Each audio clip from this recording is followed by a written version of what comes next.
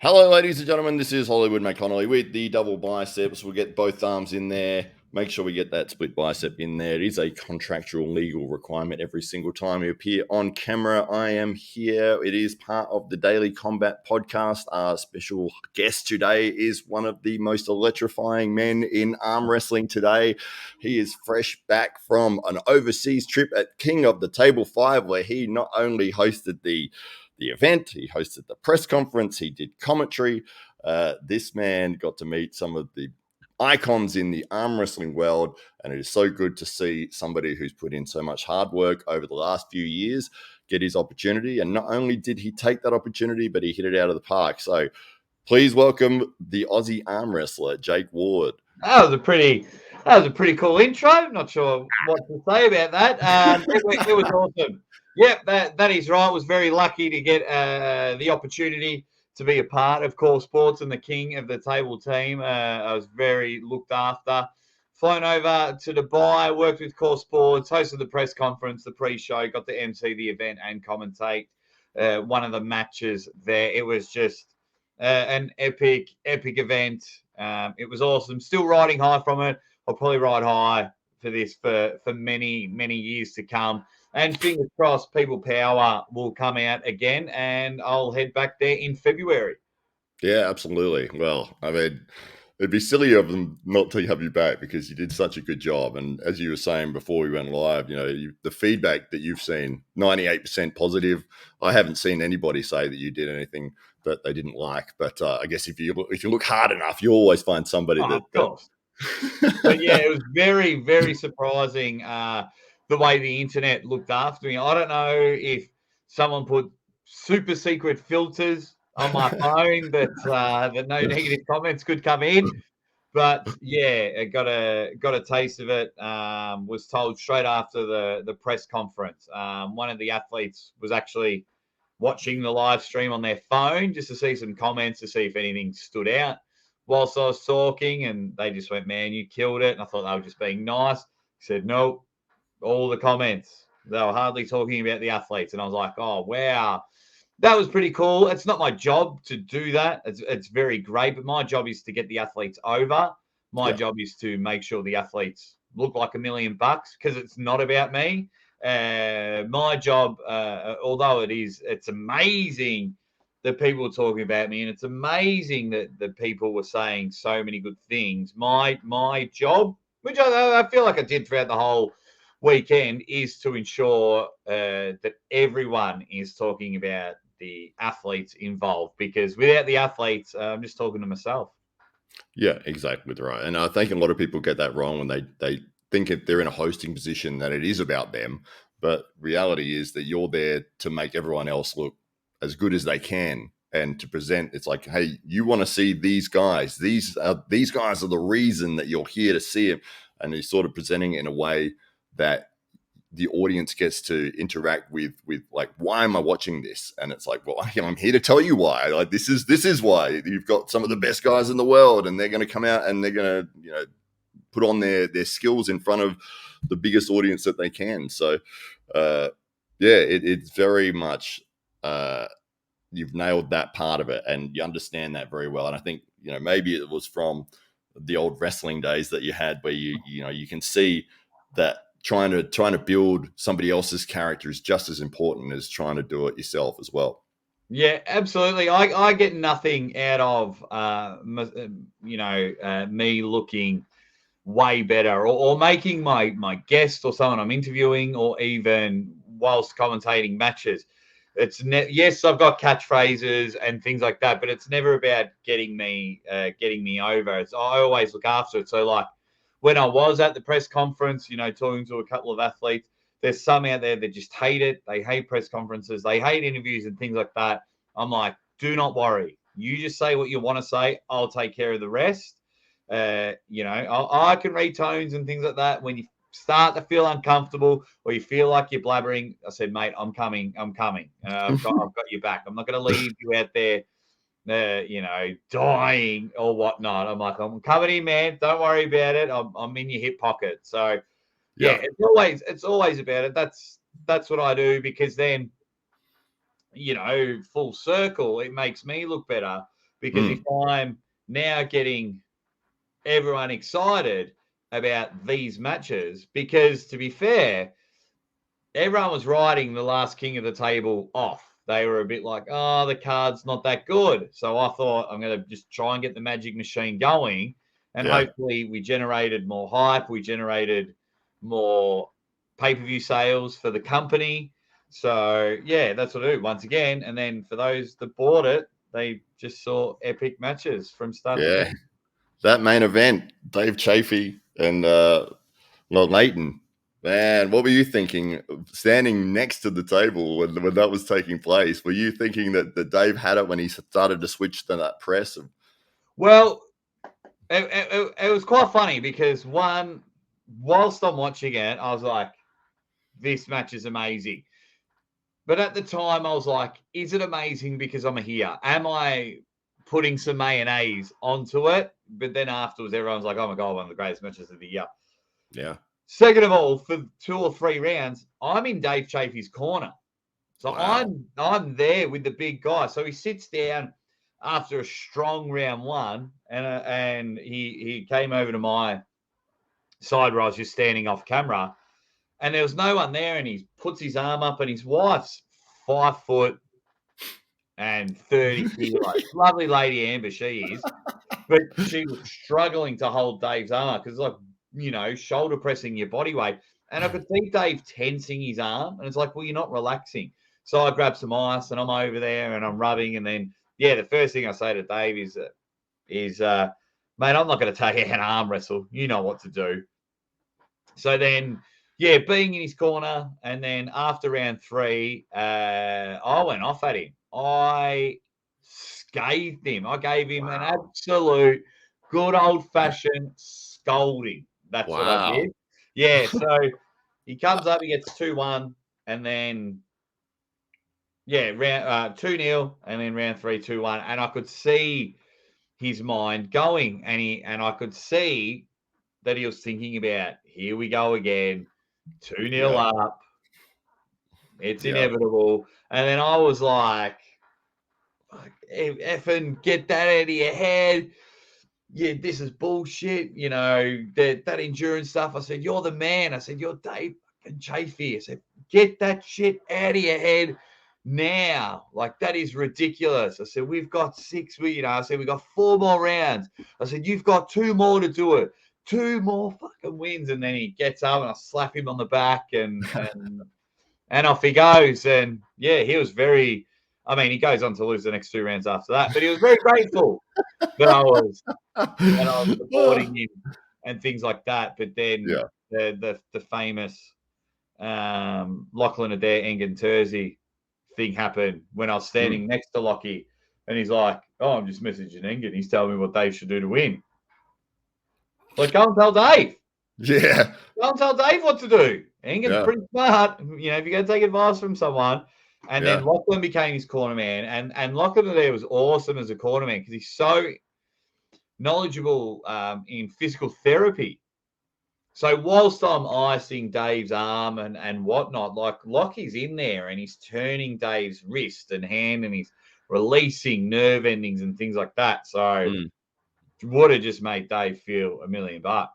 Yeah. Well, I mean, when that's it. That was always the question, and it has been with Dave. You could see, that he always gets off to a really good start because he's so powerful, he's so strong, but it seems to come at that price of after the first couple of rounds, that power starts to dissipate, it starts to drop off a little bit, and he starts to get tired, and the opponent sends it around at that point. You saw that with Gennady. And I was like, oh no, when it started to happen in this match as well, I was like, as you said, he was probably thinking exactly the same thing, like all those sort of demons coming back to haunt you. It's like, oh, it's happening again. But he was very clever to change tactics and move from what he was doing and go into a press, which worked out for him. But let me, people tend to forget there, young Matthew, what people tend to forget, and it was grinding my gears, and it was something I said to Dave during the match. So at East versus West, it happened against Gennady. And at East versus West, it happened against Morozov. There was one match in between that everyone forgot about. Do you remember the match you had in between? Was it Chance Shaw? No, it was Alex Kadecha at King of the Table. So right. he goes over and he does the 2-0 up and loses. And then he goes and flogs a giant top roller 5-1. Gives him the last one. Goes back to East versus West and happened again. So I'm telling Dave, this is your home ground advantage. There are 6 rounds. There are 6 rounds this time. Not 5, 6. And he ended up having 7 because he got got it on the buzzer there. But yeah, people just suddenly, and that's why I predicted Dave Chaffee to win. I thought he's on his own, home court advantage. He just beat a giant top roller that was in fine form. Just crushed Hermes. No one could touch Kadecha, and Dave did it. So it was a lot of people forgot that, and they're like, "Oh, Dave's losing all these matches." Like, no, he's just So it was pretty cool. No, exactly. Well, it is strange because you look at, say, the top 10, and it's almost like anybody could beat anybody on each given night. There's no sort of real clear front runner to say this is the exact order of these guys, and it's pretty clear. It's like, well, it's all over the place. This guy's beating this guy, who's beating this guy, who's beating this guy, and it all seems to flow, which is great for spectators because you never really have a clear overdog and the underdog. It's like, oh, this is a squash match, don't even worry. Like, he's obviously going to win. It's like, well, we don't know who's going to win this one. You could. Number one's clear as day. But in my top 10, I have about 14 people. Like that's that's how close. That's how close it is. It makes no sense. But from 2 to 10, there's 14 people, 14, 15 people. You could definitely argue, and in any position, like you can name your number 2. And I did a top 10 list recently. But I could counter argue my own list. But I thought this was the most logic with the less countering that I could come up with, because I'd come up with a list and I'd have 10 counters and I'd do another one. Like, oh, I'm down to 8. Okay, I've only got 5 here. That's my list. Let's go. Yeah. And then you get guys like, Jerry Caderet, who hadn't pulled for a couple of years, jumping straight back in, beating some of the top guys. And then it's like, oh, he's upset the list again. It's like, So, it is good, though, because, that's what you want when you're selling a match and when you're hyping an event. It's like, we don't know who's going to win. Like, anybody could win here, apart from Levan, obviously, who's crushing everyone 6-0. But, it's nice to see that. There's no real, like, oh, this guy's obviously going to win.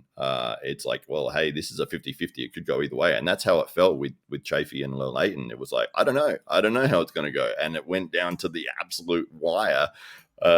And Leighton gave it everything, ended up, on the floor, had to be sort of checked out by the ambulance crew and everything. It was like, that's the intensity that this match got to.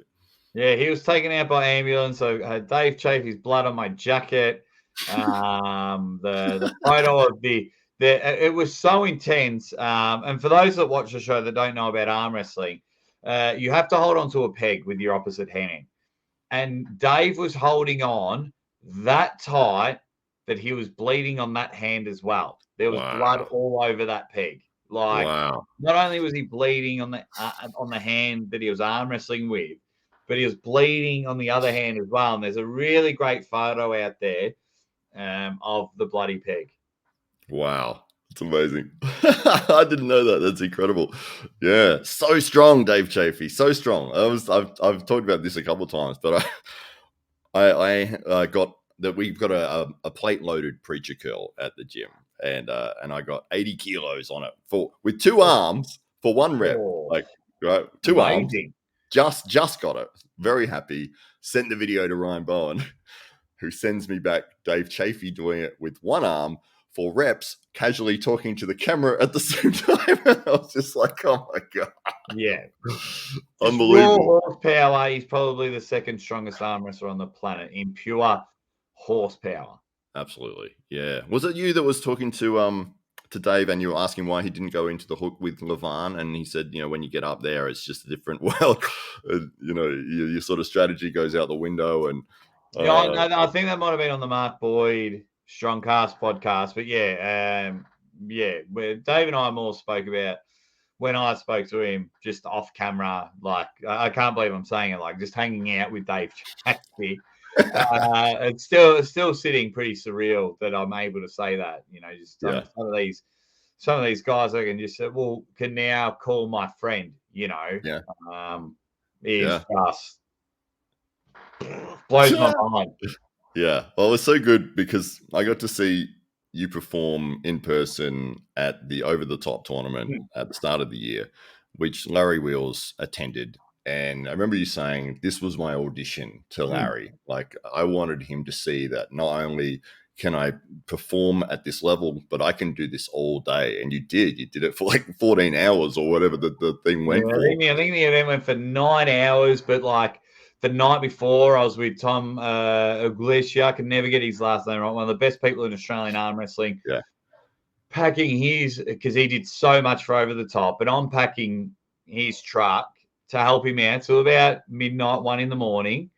But then he's already there early. But I get there at like 6 a.m. or 7 a.m. to see if I could help out with anything else there. So, and then the event starts and away I went. But yeah, that's just been an opportunist. For me, no one is any different.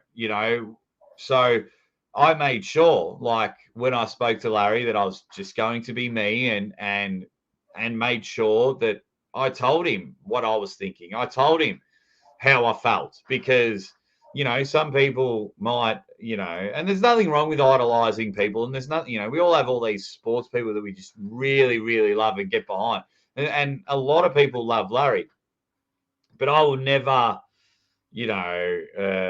worship them or something like that. It's just not in my nature.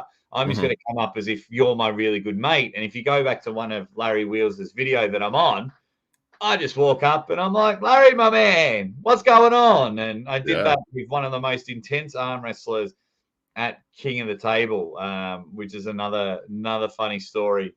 But so then I think I did a spontaneous interview with Larry for the pay-per-view. It was about 6 o'clock at night. I'd been going, and then literally when they went to an ad break, I got Larry and Adam was there and he was filming. I said, guys, and that's where that moment came. I said, this has been my audition for you two. I said, I want to be at King of the Table. I said, I need to be there. And it always sat in their mind, and they just went, let's pull the trigger. Let's give this weird Australian guy a go. And yeah, absolutely loved it. When you're standing on the stage and then you heard from behind you, ready, bang, and it was Larry when he first got there or something.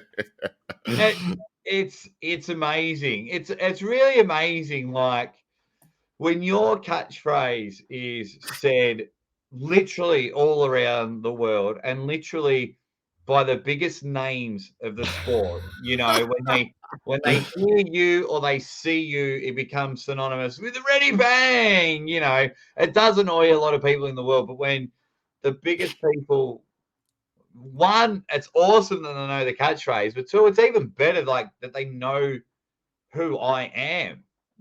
I'm just a local larrikin from Melbourne, and to hear that, just standing there and you just hear it scream, that he's got that big deep voice from the other side of the room. It happens same with whenever I meet other, I'll say, hey, nice to meet you, and things like that, and everyone just goes ready bang, and it's really cool. It's really cool that if I stop tomorrow and choose another direction in life, I have made a mark on the sport that I genuinely love, and not many people can say that. I feel like I'm in a pretty awesome position that I'm always grateful for, that I'm always honored to be in. So yeah, the fact that these people are, I'll wake up and people will tag me in reels and they'll say ready bang, or can you please commentate my match, and they just want to hear the ready bang. And yeah, it's pretty cool that I'm able to have a positive influence on a sport that I genuinely love and I genuinely call a career, and I work night and day for. Yeah. And to see you get the success that you're getting now, finally, it's like you pushed so hard to get to this point, and then it's like, now you're getting this recognition, now you're getting these opportunities, and you wouldn't have had those opportunities if you hadn't put in all that hard work. So I say, I'm so happy for you, and so like excited. It makes me excited to see when people get a reward for their hard work, and it's like, I can see where you've started and where you've come from and the effort that you've put in, and it's like now here you are, king of the table 5. Where was it, in Dubai? And Dubai, yeah, beautiful country, beautiful. I didn't see much of it. I stayed a lot in the hotel. Maybe went down the street once for lunch because I didn't allow myself. I was there for a reason, and I was like, I've got a perfect opportunity to build my brand, to build my platform. My beautiful wife is, without a shadow of a doubt, she was like, "Go, biggest opportunity of your career." We've just had a new, beautiful baby, 18 weeks old, and she was like, "Go, go, go." So I wanted to honor my wife. I wanted to honor the people but like yourself, Matt, you jumped on very early on the channel. And so I wanted to honor people like you. I didn't want you guys to see videos of me partying with the athletes, or suddenly I'm sleeping for 12 hours a day in my hotel. I slept 5 hours in 3 days. and that was just because, so bloody hell, one of me lights. I got one of me lights on a timer. That's because I talk too much. Probably better. It was actually probably better without the light. Anyway, no, it's good. And that's but I just wanted to, because one of the, like, honor everyone, because one of the biggest things people can invest in my channel is time, and we don't have much time. Thousands, millions of amazing YouTube channels or sports presenters or whatever. So I'm like, I want you to, for people like yourself and anyone else that jumped on real early, that's what my goal was. Cool. You want the biggest names on the channel? I'll get you the biggest name on the channel. You want to know? No other channel has brought you what happens behind the scenes. I'll go behind the scenes. Then afterwards, it's like, I will tell you some fun little stories that happened that no one else would have known. But go check out my video because you'll get it here. So I wanted, when I was there, I wanted to feel that we were there. That was very important to me. I wanted to feel that we made it. And a lot of people message me saying, like as you say, Matt, so cool to watch you there and from where you've come from. So that was kind of what I was after. We've made it. A part of you is with me at King of the Table. Part of every single person that was pushing for me and getting scathed in the comments even 12 months ago. You got to get Aussie arm wrestler at this event. You got to get Aussie arm wrestler at that event. And people would scathe them in the comments. Because they'd show them to me. They're like, "Oh, I tried to go into bat for you, Aussie. I tried to help you out, Aussie." And I'm like, "Don't worry, man. Don't worry. Don't worry. Get on these shoulders. We're going to the promised land. I guarantee you we're getting to the promised land." So that was a huge goal and very important. And that's why once I got there, it was go. I was working until I was back on the plane, flying back home. And then as soon as I landed, I only had time off because of my beautiful wife's birthday. And once we got home from her birthday and had dinner, I was like, "Babe, I got to make a video." Yeah, amazing.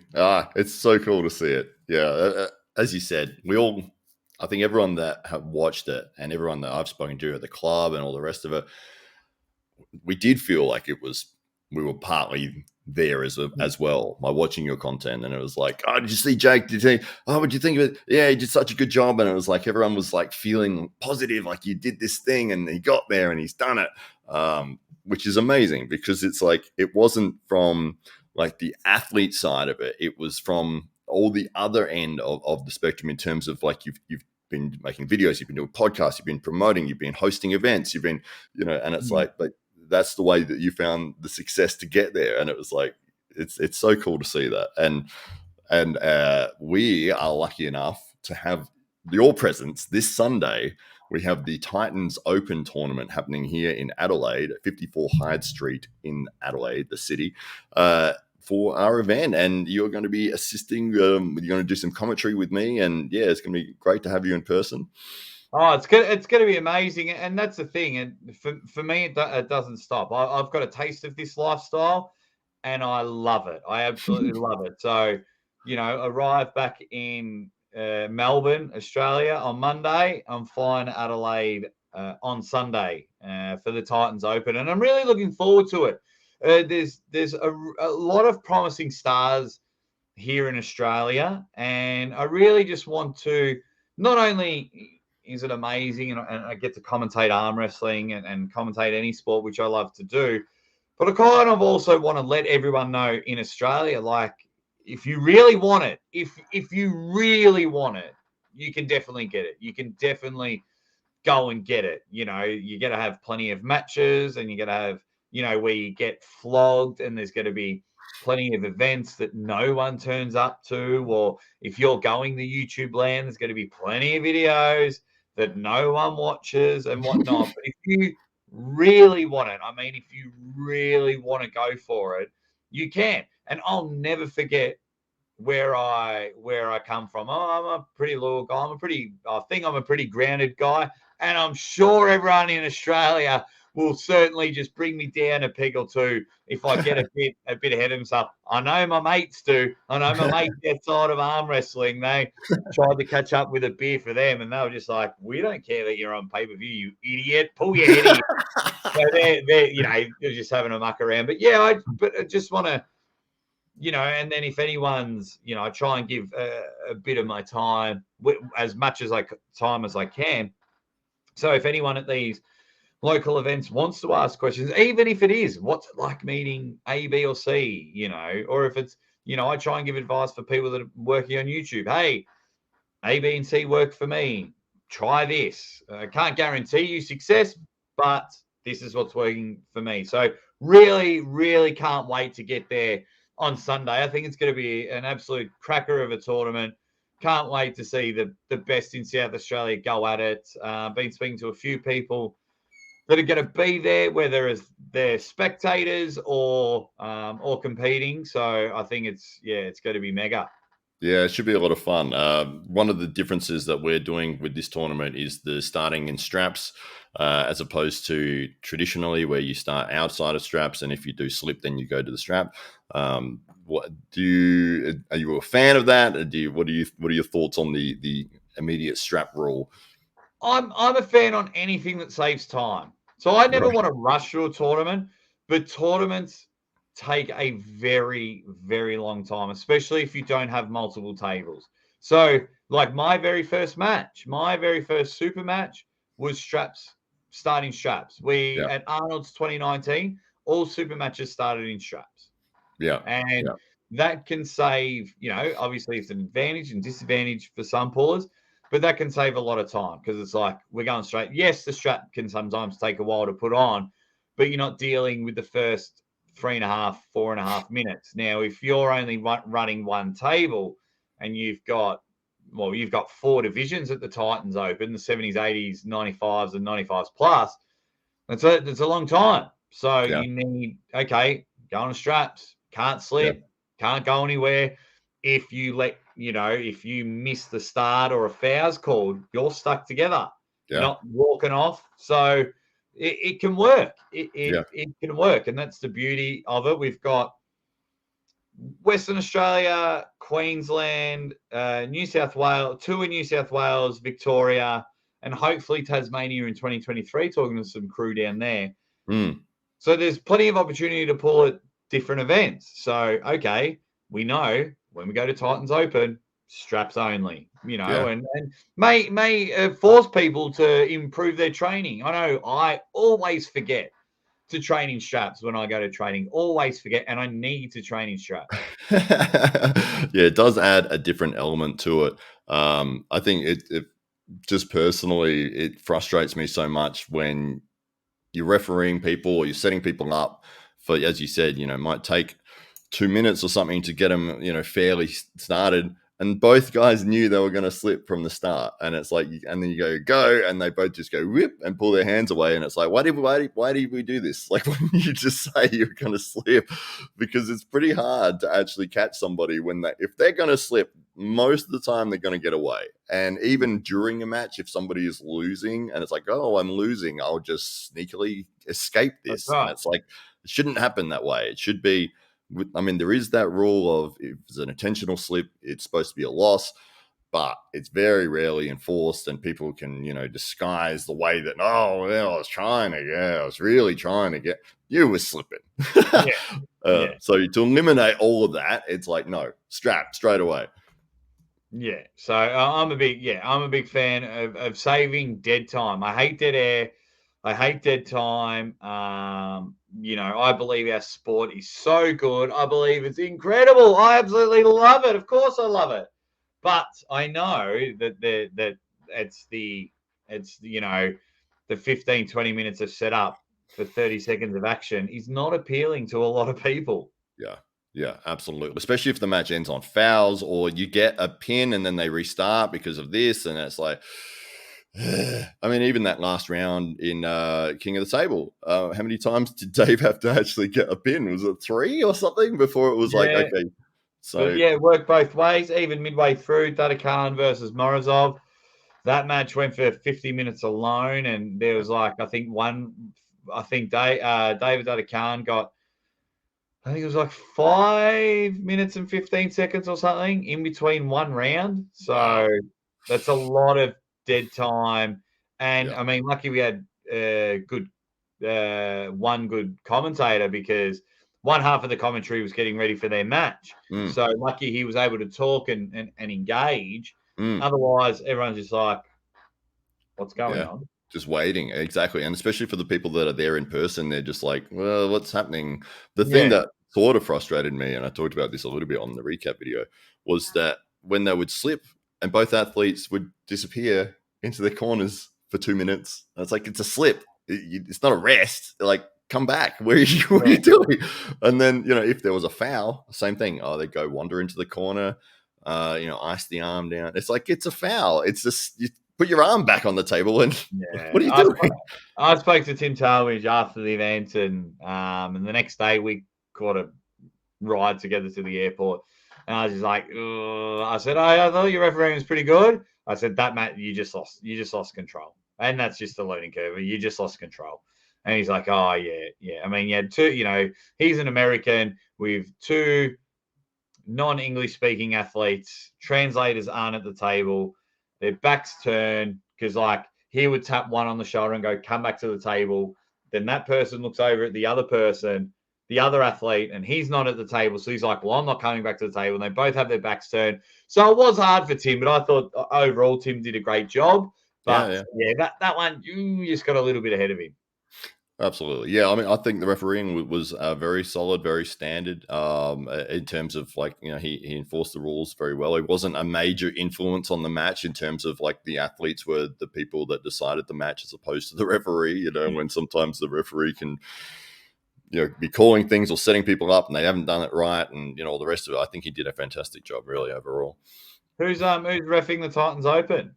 We're going to have a couple of the guys from the clubs, but the head referee will be Tim Graham. So he'll be doing the majority of the reffing.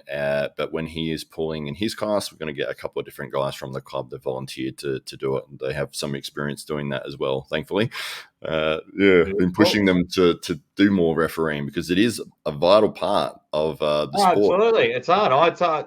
That's why I try my hardest. Like I've pulled in tournaments where the other person started early and they've pinned me quite easily because they started early and whatnot. But it's very hard to find referees. So I just bite my tongue. Thank you. You beat me. And off I go because without the referees, we're in all sorts of trouble. Absolutely. It is a very thankless job in a lot of ways. And this sport seems to be one of the only ones where there's so much back chat to the actual officials that I've seen people arguing and, don't get me started, Matt. Do not get me started. Athletes have too much of a say on the table and it kills me. It kills me because if I was reffing, I would be like, okay, you want to keep talking, negotiate, ready, go. Yeah. If you lose, but you'll learn to shut up. You will learn to shut up. The referees are there. They're doing a job. You can't be negotiating what you think is a fair grip, but subconsciously you're doing it so you get a better start. You've just got to shut up. I mean, we both attended An awesome event, and it was flowing beautifully. Garage Wars, flowing beautifully. Then you got to the top echelon of Australian arm wrestlers, and 4 matches took forever because they were too busy. These ones, and then cracking it. And I was like, I'm bored. You're boring me. I'm so excited to see these matches. I'm so excited, but you're boring me.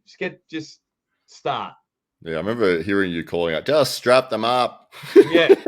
And that's even annoying after 10, 15 minutes, and then they both sleep. You're like, yeah. Yeah, it can be very frustrating. That's why, I usually won't live stream any of our super match stuff because I'll record it and then cut out all of that and you just get the exciting pulling moments. And if people slip, I don't include that because nope, that's not part of it. No, I don't want to see that. I don't want to see people pulling, even if it's 30 seconds and then they slip. It's like, no, that's not going in the video. Too bad. There's no end to that. That's not too bad if they pull and then it's a slip. So you can go. Because they're sneaking out. They're sneaking away with they were about to get out of it. Yeah, if they're out like that, just holding on. Yeah, fair enough. Yeah. Yeah. Anyway, but we also have this is probably the thing I'm looking forward to the most in the Titans Open on Sunday. And that is we've named it the Last Man Standing, but essentially it's a 1 hour King of the Table event. I've deliberately put it at the very end of the tournament so that everyone should be tired, and your upper echelon guys hopefully will be sort of pre-exhausted at that point and not able to just crush everybody. But essentially it's winner stays on the table, and then whoever is on the winner's position or the king position at the 60-minute mark is going to walk away with $500. So essentially anybody could actually win that, because you would think that if heavyweights are going against each other consistently throughout that hour, they're going to be pretty tired by the time it gets towards that end mark.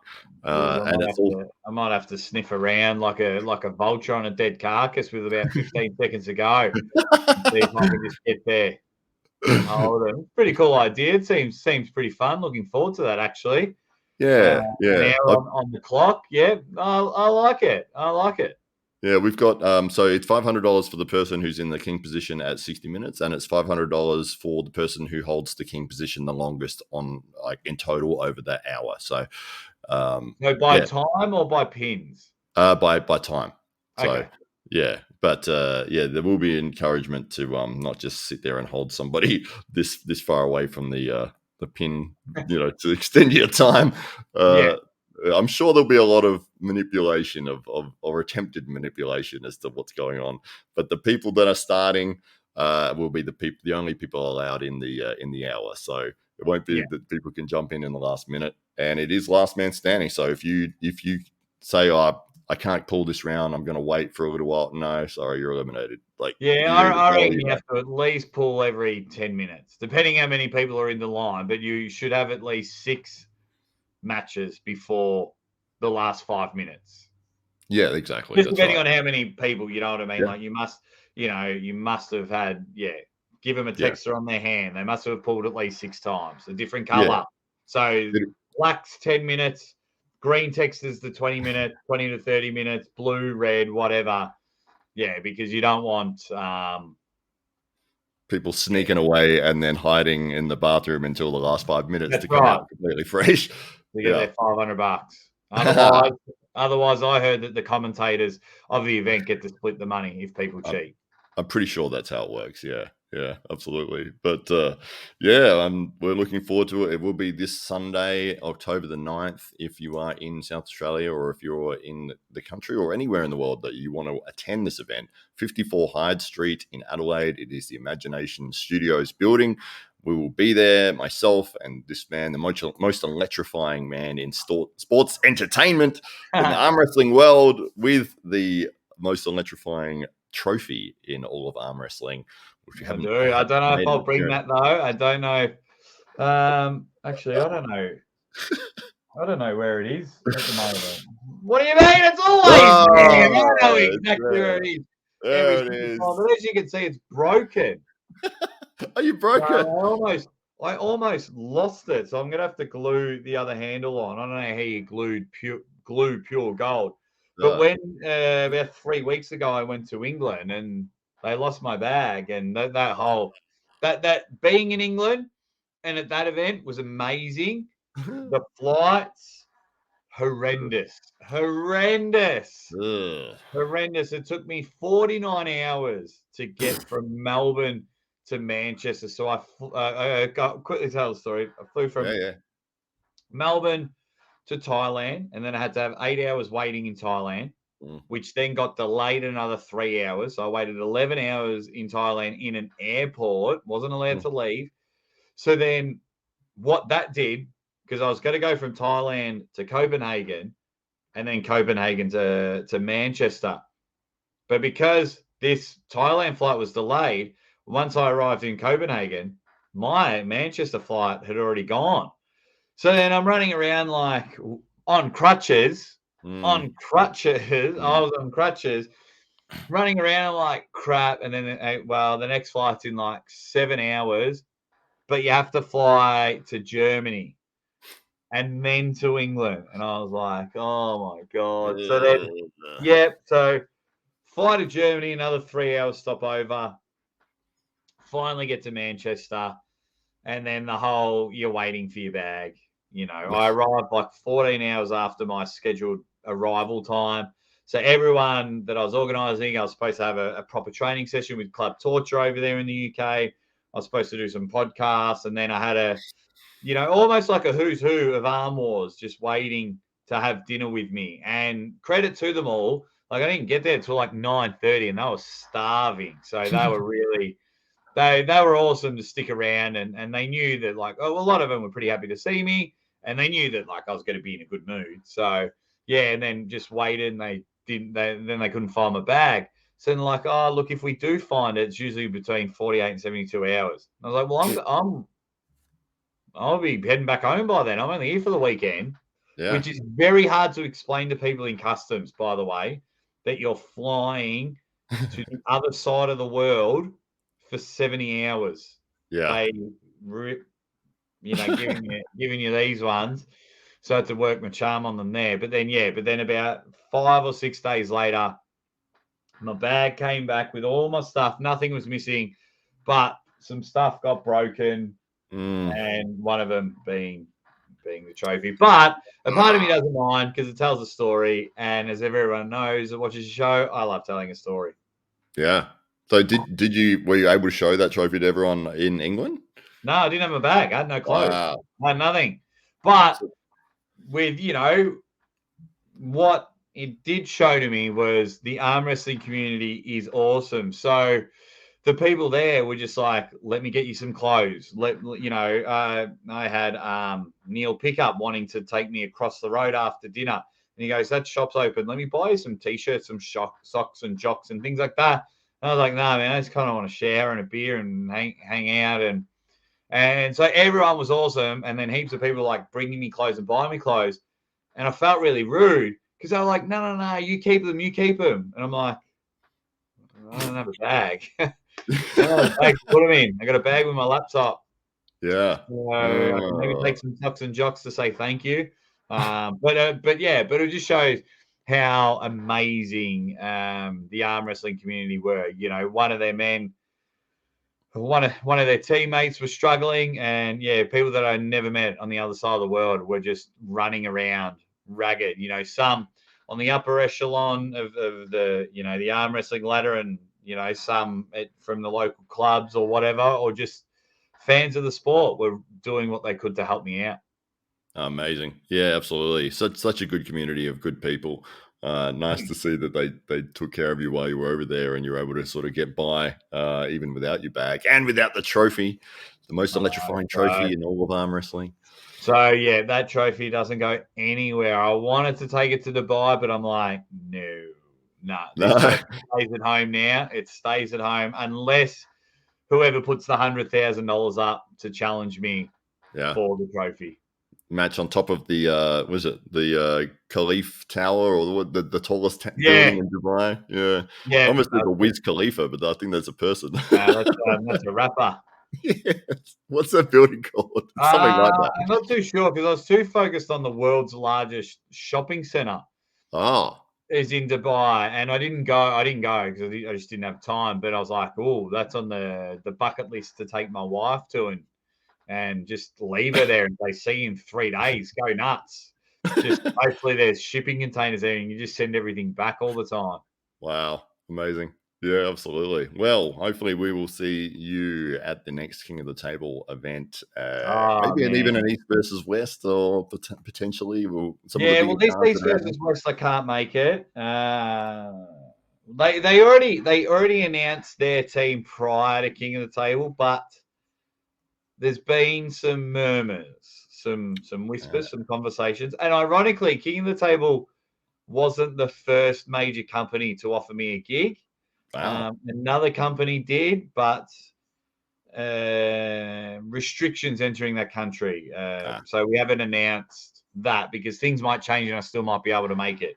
So Oh, yeah, cool. so King of the Table was the second major company to offer me, but can't make going back to originally saying East versus West because which unfortunately I can't make our nationals either because King of East versus West is the 19th of November and on the 26th of November is our Australian National Championships. On the 22nd of November, I have a hip replacement. There you go. No, Wow. but Yeah. that's just that's a bit of bad luck. I'll make the best of it. I mean, it Yeah. doesn't mean I miss out. It means I do my live commentary on um, Hospital bed. on my YouTube channel, which is always a great success. Touch wood. So, and I Yeah. get to stay at home. I don't have to travel 33 hours to get to Istanbul. Yeah, exactly. That's right. Well, yeah, checking out the Aussie arm wrestler on YouTube. Your channel is fantastic. It's one of the best guys in the sport. Oh, Definitely one of the most entertaining. And that's why it's so good to see you get these opportunities. And I'm very much looking forward to working with you on Sunday here in Adelaide at the Titans Open. So thank you again, the Aussie arm wrestler, Jake Ward. thank you, you dead set legend. Cannot wait to see you on Sunday. Looking forward to it. All right. Thank you. And thank you, everyone, for watching. We'll end it there.